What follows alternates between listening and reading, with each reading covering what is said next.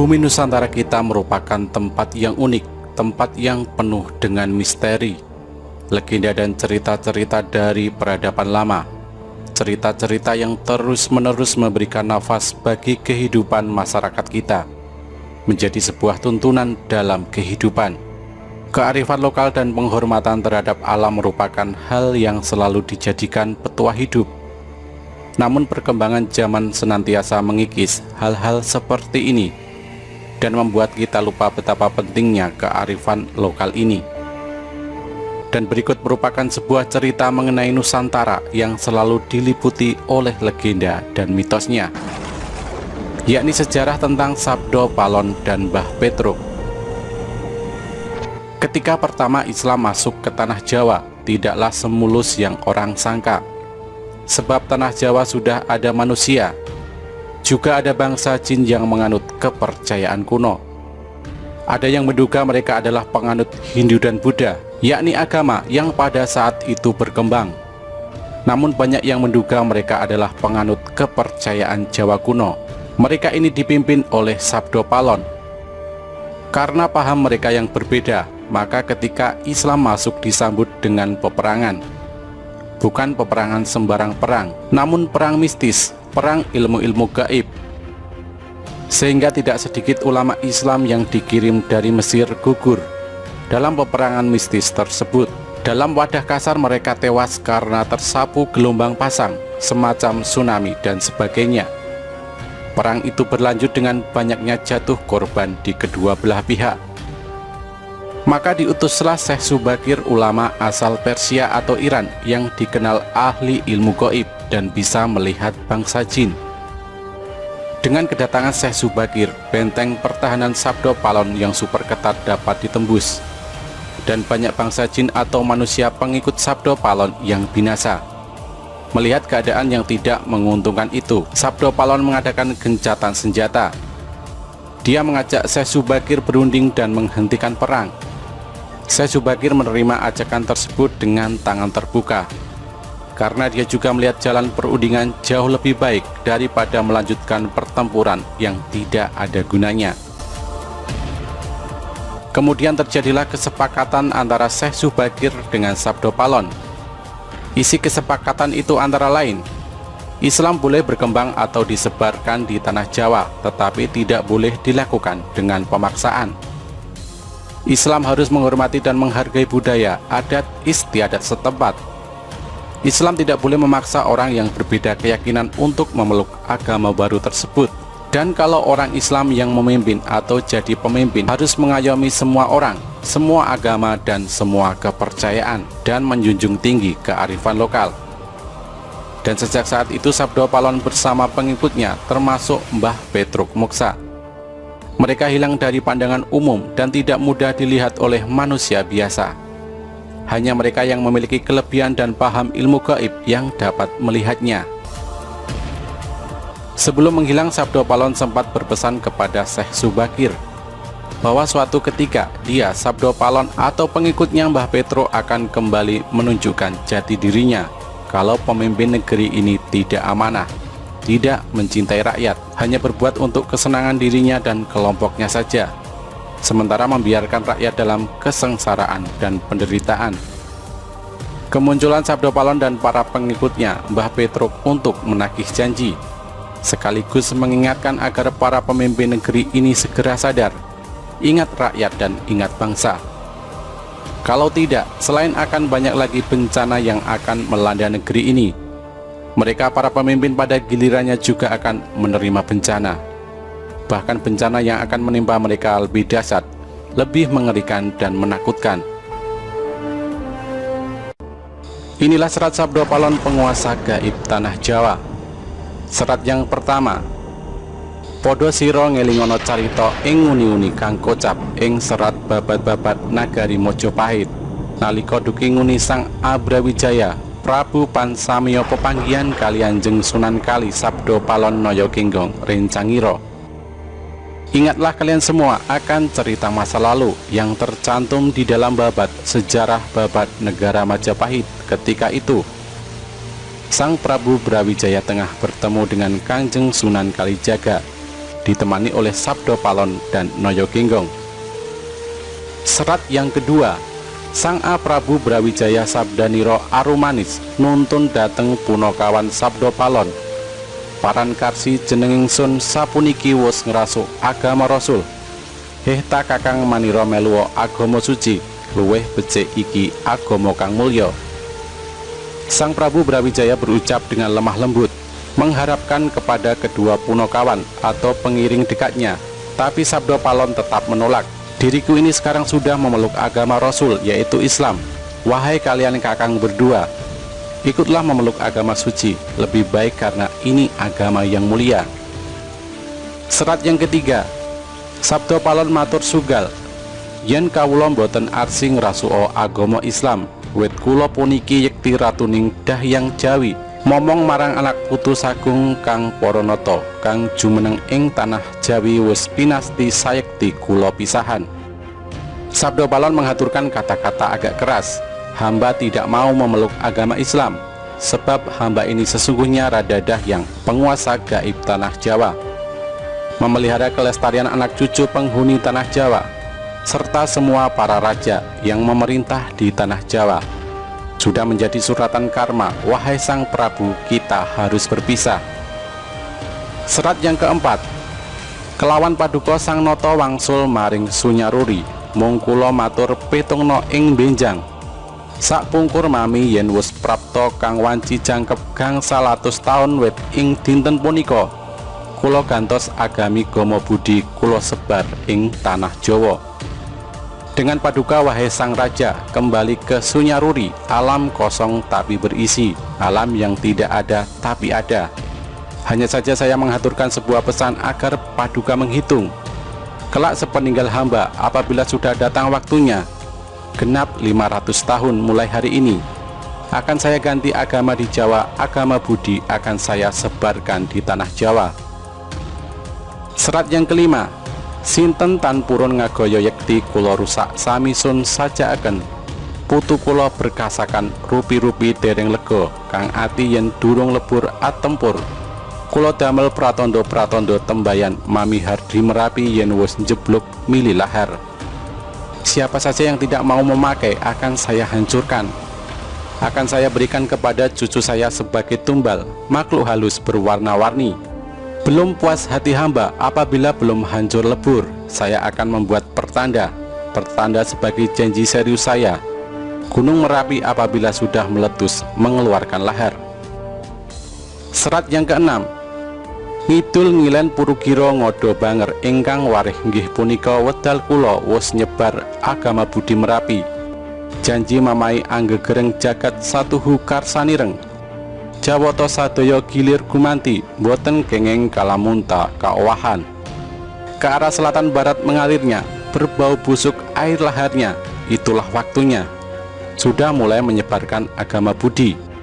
Merapi janji saya, menggelegar seluruh jagat, kehendak Tuhan, karena segalanya pasti akan berganti, tidak mungkin untuk dirubah lagi.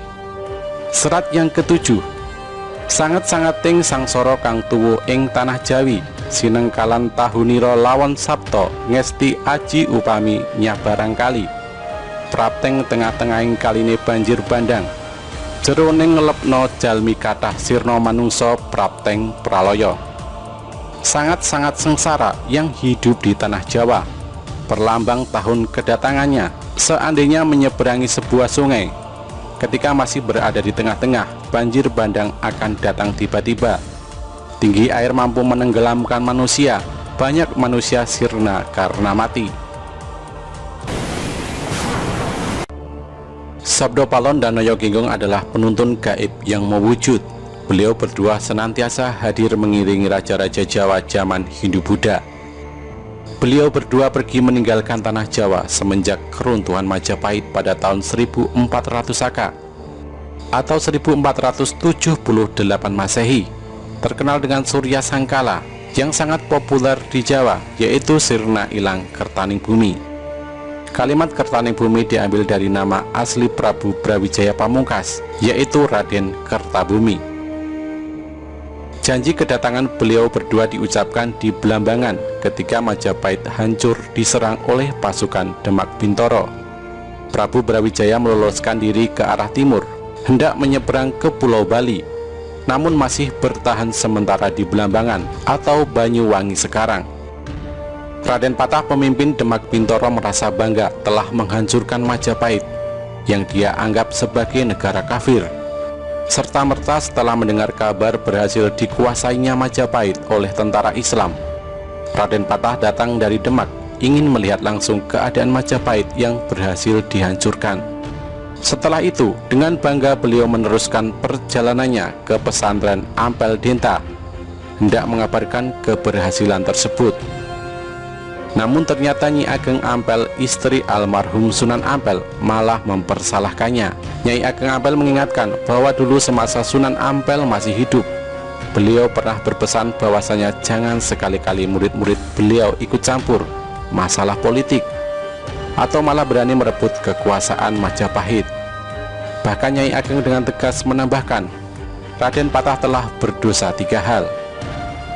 Dosa yang pertama adalah kepada guru, yaitu melanggar wasiat Sunan Ampel. Dosa yang kedua kepada ayah, karena Prabu Brawijaya adalah ayah kandung dari Raden Patah. Dosa yang ketiga adalah kepada raja, karena raja adalah imam, tidak boleh dilawan tanpa alasan yang benar. Sebab selama memerintah, Prabu Brawijaya tidak pernah melarang penyebaran agama Islam, bahkan menghadiahkan tanah Ampel Denta di daerah Surabaya sekarang sebagai tanah otonom, diizinkan untuk dipakai sebagai basis pendidikan agama bagi orang-orang muslim. Dengan sangat menyesal, Raden Patah meminta petunjuk bagaimanakah cara untuk menghapus kesalahannya. Nyai Ageng menyarankan agar kedudukan Prabu Brawijaya Pamungkas sebagai raja harus dikembalikan. Namun yang menjadi masalah adalah kemanakah sang Prabu meloloskan diri. Nyai Ageng memperkirakan sang Prabu pasti menuju ke Pulau Bali. Raden Patah berniat menyusul sendiri, namun dicegah Nyai Ageng Ampel. Karena setelah kejadian penyerangan Majapahit oleh tentara Islam terjadi, maka tidak akan ada satupun orang Islam yang akan dipercayai oleh sang Prabu. Tidak Raden Patah, tidak Nyai Ageng Ampel, tidak pula para wali yang lain yang turut serta membantu penyerangan tersebut. Namun hanya ada 2 wali yang mungkin masih beliau percayai. Pertama Syekh Siti Jenar dan kedua Sunan Kalijaga. Karena kedua wali ini terang-terangan menentang penyerangan pasukan Islam ke Majapahit.